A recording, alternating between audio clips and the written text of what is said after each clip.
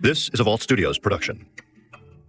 I'm Reed Redmond. I'm Spencer Brudig. I'm Will Johnson. This show contains graphic material and is meant for mature audiences. This week on True Crime Chronicles. That was my biggest thing at that moment. Like, your wife's missing.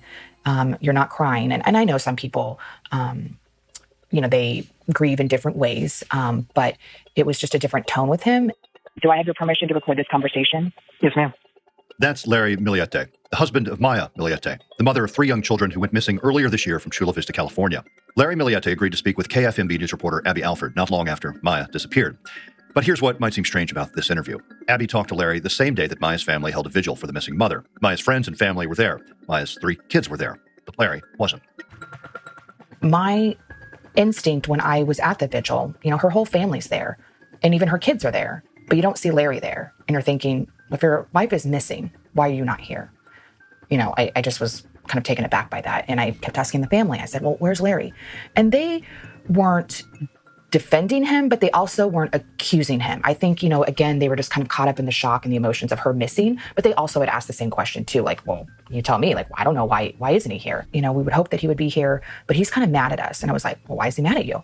And he said, because he doesn't like the pictures that we put out of Maya. They say that she doesn't look pretty. And I'm like, why does that matter? Your wife's missing and you're concerned about what pictures are out there. So, you're just thinking, well, I need to talk to him. I need to find out why he didn't come, try to give him the benefit of the doubt, or, what was his reasoning for not coming. So I called him and he didn't answer, and then he called me back. And I'm still at the vigil. And then when it's over, he calls me back. And so I was in the back of my car and I just decided, I was talking to him, and I hadn't recorded yet because obviously I need his permission for it. And I kept asking him, if he'd like to talk to me, if we could record this conversation. And he kept telling me no. He was really hesitant of it. And I said, your wife's missing. We really need to get the word out there. And I said, and you didn't show up at the vigil, and he said, yeah, but I just want to keep this focused on her. I said, okay, let's just keep it focused on her. So he agreed to do the interview. But let's back up a week to when Maya was first reported missing. A frantic search continues this morning in the South Bay for a missing mother from Chula Vista. 39-year-old Maya Millete has not been seen or heard from since Thursday. January 7th is when she went missing. There's between that Thursday and Friday, it depends on who you talk to and who saw her last on that Thursday to Friday. I think why there's some discrepancies on when she was seen last. He tries to say, I think he saw her Friday or heard her in the house Friday, but never saw her. So it's kind of odd that you have 3 children together, but you don't really know your comings and goings, according to him. The family is asking the community, anyone that can help, to either post on the Facebook page that they have set up or to contact Chula Vista Police Department later today. They'll be leading a search party effort around 10 a.m., all in an effort to find Maya Millete. Police have been forthcoming in saying that, yes, they did not have the best relationship, that they were having marital problems. The sister has been very open and public about that. Before I had interviewed Larry, he had done another interview with someone else and had said, he had a very damning interview to say that they were having problems. And he tried to say that she was made her out to be like a party girl, and that she would go out and come home at 2:00 in the morning and she would lock herself in her bedroom, and they pretty much were living in separate rooms. Millete's sister did confirm to us that May had gotten into an argument with her husband, Larry, before she went missing. But according to Chula Vista PD, they say there is no evidence of a crime and Larry is cooperating. Her family, though, doesn't believe that suicide is a possibility. My sister is a very strong woman. She wouldn't, do anything to harm herself, especially thinking about the kids. She had also posted on Facebook the day before, the week that she went missing. I don't know exactly what day, but the week that she went missing, she posted on Facebook that said, anyone know a divorce lawyer asking for a friend? And so that's when, we'd asked police about that, and they said that they were aware of that as well. The family of a missing mother from Chula Vista will spend the next 3 days searching for the woman at the Glamis Sand Dunes in Imperial County. News 8's David Gottfredson spoke to the sister and niece of Maya Millete, and they are not giving up hope of finding her. Come on, Mommy! Home video shows happier times for the Millete family as Maya Millete jumps a quad at the Glamis Sand Dunes in Imperial County. The family took a trip to Glamis over New Year's weekend, just days before Millete went missing. Her 17-year-old niece remembers camping and off-roading in the desert with her aunt. She bought her own dirt bike recently, so she started dirt biking out with us. Oh, her family says that she was so loving. She absolutely adored her children. Another reason why she wouldn't just get up and leave her 3 children. She has missed their birthday. They were supposed to, the Sunday after she went missing, they were supposed to go out of town and celebrate one of her children's birthdays. And Obviously, they couldn't do that because she wasn't there. So she'd missed that big celebration. She loved to, they called it jeeping, so that she loved to take her Jeep out, like off-roading. I think she was in those clubs. She liked to hike. She was a really active mother. She also played guitar and liked to sing. There's videos of her and her children singing in her home in Chula Vista. And so I think, it's just heartbreaking when you think about what a loving mother, and there's still no answers of where she is. So back to that vigil, 1 week after Maya disappeared. At that time, we spoke with Chula Vista Police Department, and they said, that they've spoken to Larry Millete, the husband. He's not a suspect. He is cooperating. But at the moment, they didn't have enough evidence to do a search warrant. But in cases like this, everyone, usually it's always people go to the husband first to see, okay, what was he doing, pointing to him. But at the same time, Larry, police had said that Larry was cooperating. And you can hear in my conversation, I'm kind of treading lightly because, again, he was very hesitant to want to do the interview. And I'm thinking, I got to keep him on the phone. I don't want to grill him right out of the gate because I don't want him to hang up on me. This is our chance to finally talk to him. And so I kind of let him talk, and I wanted to build trust with him. So that's why I just kind of let him drive the conversation. But I also wanted to know why he wasn't at the vigil. Just like how we were talking, Larry, I think the last time you saw her was last Thursday, I think? Visually, but she was in the house Friday. Oh, okay, so it was Friday. Kind of just, it's been almost a week now, and you haven't seen from her, you haven't seen her or heard from her. You have 3 kids with her. This isn't like her. No, not this long. It's the concerning and alarming part is she wouldn't be gone this long. And, what you guys were married 21 years? It'll be 21 years, May 21st of this year. So 20 years, it'll be 21 this year. Wow. What do you love about Maya? Oh, I love everything about her. She's very smart, kind, basically just her sense of personality, her smell, just everything. And probably her love for life. She loved to hike, right? Oh, yeah. She, just her outgoing personality. And probably a great mom. Oh, yes, she is. He's just very straightforward. And I think he wanted to come off like he was a loving husband, like he loved, who she was, and he loved her smell. But again, you didn't get a lot of emotion, and kind of, when we posted the interview, I think a lot of people agree. It's where was his emotion? He was very detached from all of this. So, what do you think happened? There's no reason that you can think of, why she wouldn't be here for her kids. She wouldn't miss her daughter's birthday. I don't want to speculate. There's a lot of speculations, and, people kind of throw these, speculations out. But right now, I just want to focus on how, to get her back home safe and sound, and that's it. And then have police given any indication at all about where she is? No, right now, but they, I have full confidence in, like I said, the CVPD and the Navy, because they put maximum resources on our case. So, this is what they do. This is what they do best. I'm pretty sure that, they're going to do their job. And that's why I'm really hopeful and confident that, things will work out. How are your kids taking it? That's my main focus for now. They don't really understand the gravity of it, but I know my 2 oldest kind of sees it. But I try to minimize the impact that it has on them. But although even though I'm trying to do that, I notice, they know what's going on.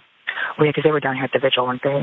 Yes, I had my oldest down there for a little bit, and then my second youngest had tutoring, so I had to get her to come in, and then they had piano today, which they missed because I allowed them to go to the park. Well, yeah, and then, in my interview, how he says, he, because he allowed the kids to go down to it, when he says, I allowed them to miss piano. It was well, it's their mother's, vigil. And I get, so it was kind of odd that he used the word allowed them. It's well, do you control them? I know that you're the father, and probably wanting to shield them from, what was going on with their mom. But at the same time, they're old enough, a couple of them were old enough to really to understand, something isn't right here. I haven't seen my mom in a week.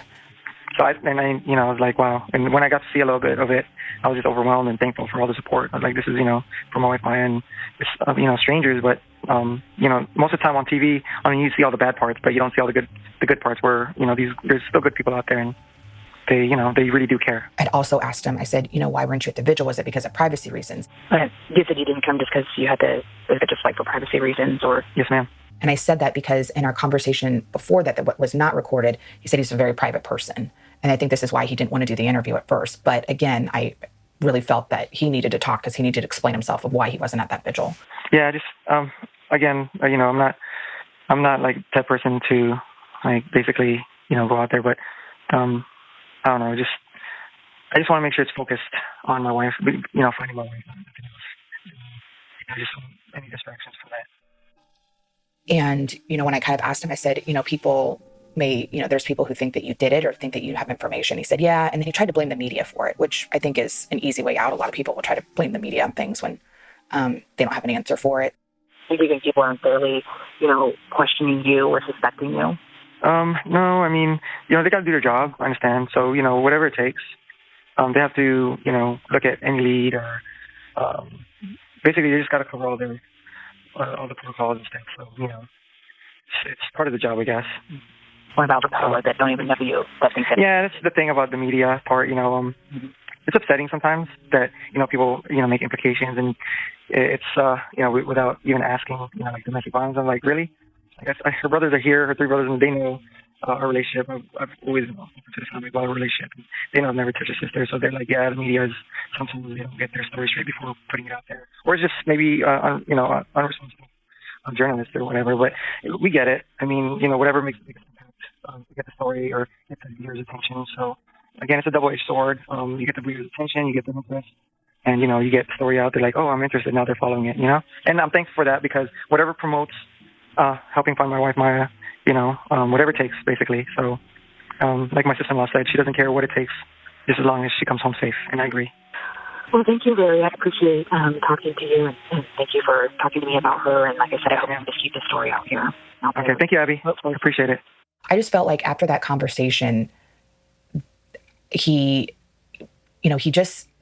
I didn't get enough answers from him, and I don't think he did a very good job of convincing me or anybody that he didn't know what happened to Mai or that he had more information than he was not leading on. And of course, that was in January. This was a week after she went missing. Of course, since then, he's now shut down. He's not doing any media interviews, and he's lawyered up. And there's evidence now that's come out that, there was surveillance video from a neighbor that caught like 6 loud bangs coming from what's believed to be the Millete home that night, Thursday night. This morning, we are getting some new perspective into the mystery of a missing mother from Chula Vista. And this comes as a search will pick up for Maya Millete over the weekend. Quite a few things planned for this weekend to try to find some answers. News 8's Chris Groh joining us live from Chula Vista with new audio as well that you received. Good morning, Chris. We're going to start with that disturbing audio in what sounds like gunshots, loud bangs heard on a surveillance system in the neighborhood where Maya lived. Take a listen to this disturbing noise.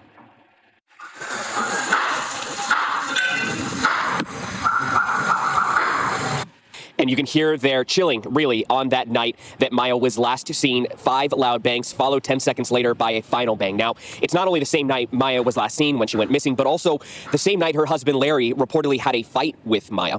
News 8 also caught up with Larry's father, Benito, to talk to him as he walked with 2 of his grandchildren. Our investigative producer, David Gottfredson, asked him about the search for Maya and those bangs that you just heard.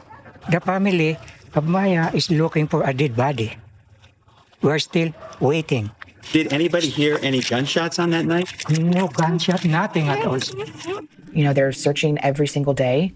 That this case is not cold and they get leads every day. They won't confirm evidence, but they will confirm that they've heard when we ask them about potential evidence in the case. I don't want to say specific, but potential evidence in the case. They will confirm that they've heard of that, but they won't confirm what came out of that evidence. A lawyer working with the family of a Chula Vista mother who has been missing for nearly 3 months is talking with News 8 about the case. As News 8's David Gottfredson reports, the attorney conducted a walkthrough of Maya Millete's house 4 days after she went missing. I went in the house. I immediately noticed the windows all open, the fans on full blast. It was chilly in the house. Attorney Billy Little went inside the Chula Vista home of Maya Millete on Monday, January 11th, and conducted a walkthrough with her husband, Larry, days after the woman went missing. I was mostly, at that point, seeing if I could smell anything, if I could smell any bleach or smell the smell of a dead body.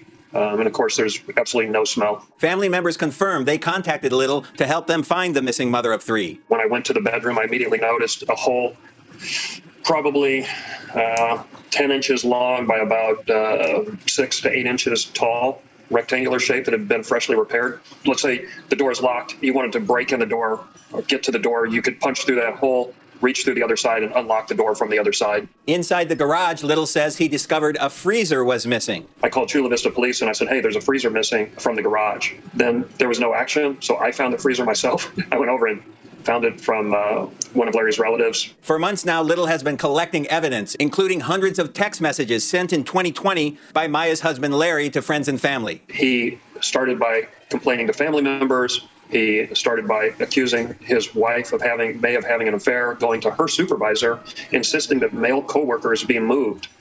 With absolutely no evidence that there was an affair going on. Some of the messages included photos. This one looks like an altar with lit candles. Others include biblical quotes talking about adulterous women, like this one saying, "Her feet go down to death, her steps lead straight to the grave." It started ramping up as 2020 went on, and as May started moving more and more towards a divorce, he became more and more desperate. Little says the day Maya contacted a divorce attorney is the last day anybody heard from her. There are a number of bits of information that are circumstantial in nature about this. We reached out to Chula Vista Police. They won't talk about evidence in the case, but they did confirm they have been in contact with Little. We are aware of the instances he's described, and he may not be aware of what our detectives have done, but we have in fact followed up and conducted follow-up and continue to conduct follow-up. He's not been named a suspect. Police have not named him as a suspect. But again, I think it's just, when you kind of look at all of the evidence, you have to think, who would do this? There's also the theory that maybe she had a boyfriend and maybe it was her boyfriend who did that, or maybe it's some kind of love triangle. There's just, more damning evidence that keeps coming to light. And there is, national, worldwide attention on this case. Volunteers are not giving up hope in the search for missing Chula Vista mother of 3. Dozens searched in an East County trail today for Maya Millete, who went missing 3 months ago this week. I think the general consensus of what Larry's interview with me on the phone is that, he just didn't show a lot of emotion. And, not everyone, like I said, I don't think everyone grieves the same way. So I don't think you have to be an hysterical person to be innocent. Again, but it was just, he was very stoic and very kind of matter of fact. She had a life and someone took that away. 31 years hunting for her mom's killer. And it's going to end with me getting the person that killed my mom. Hune Gray is closer than ever. So these are dangerous people. Extremely dangerous people. From the team that brought you Urge to Kill, I'm Ashley Korsland. Are you willing to go to war, so to speak? And this is The Yellow Car. I'm always ready for anything. Subscribe now. For True Crime Chronicles, I'm Will Johnson here with Spencer Brudig and Reed Redman. Guys, just to sort of recap and also close the loop on the investigation, there are now 4 law enforcement agencies who are working as a group investigating what is still a missing persons case, according to these agencies. It's Chula Vista Police, the FBI, San Diego County DA's office, and also NCIS, or Naval Criminal Investigative Service, which may sound interesting. The reason for that might be the fact that Maya Millete worked in 2020 as a civilian contract specialist for the Navy's Southwest Regional Maintenance Center. She also transferred then to the Naval Information Warfare Center. So, maybe that's perhaps why NCIS is involved. But a lot of moving parts in this investigation right now. Obviously, her husband has not been publicly named as a suspect. One thing it sounds like investigators are really looking into, among all the other moving pieces that you mentioned, is that audio that we heard of those loud bangs in the neighborhood the night that Maya went missing. And I think it sounds like gunshots. I know there's a lot of technology out there that can supposedly detect gunshots. There are some cities around the country that use a technology called ShotSpotter to pick up gunshots that would maybe not otherwise be reported. But one thing that I know about ShotSpotter is that it can also be fooled by things like car engines or fireworks. And so I just don't know if there's a way to confirm, like if there's an audio fingerprint of a gunshot that investigators can actually confirm and say these are for sure gunshots. But whatever the case, it sounds like that's still an active part of the investigation, right? Yeah, absolutely. And I would just caution that, what you hear on this podcast might not be the highest quality version of what those sounds were. I can say that the night that those loud bangs were recorded in the neighborhood, that was January 7th, police were not informed or called. However, Chula Vista Police Department has said they are aware of those sounds, and it's part of the investigation. One of the things that stuck out to me about this was the mentioning that prior to her disappearance, Larry had been sending, supposedly increasingly bizarre messages to his in-laws.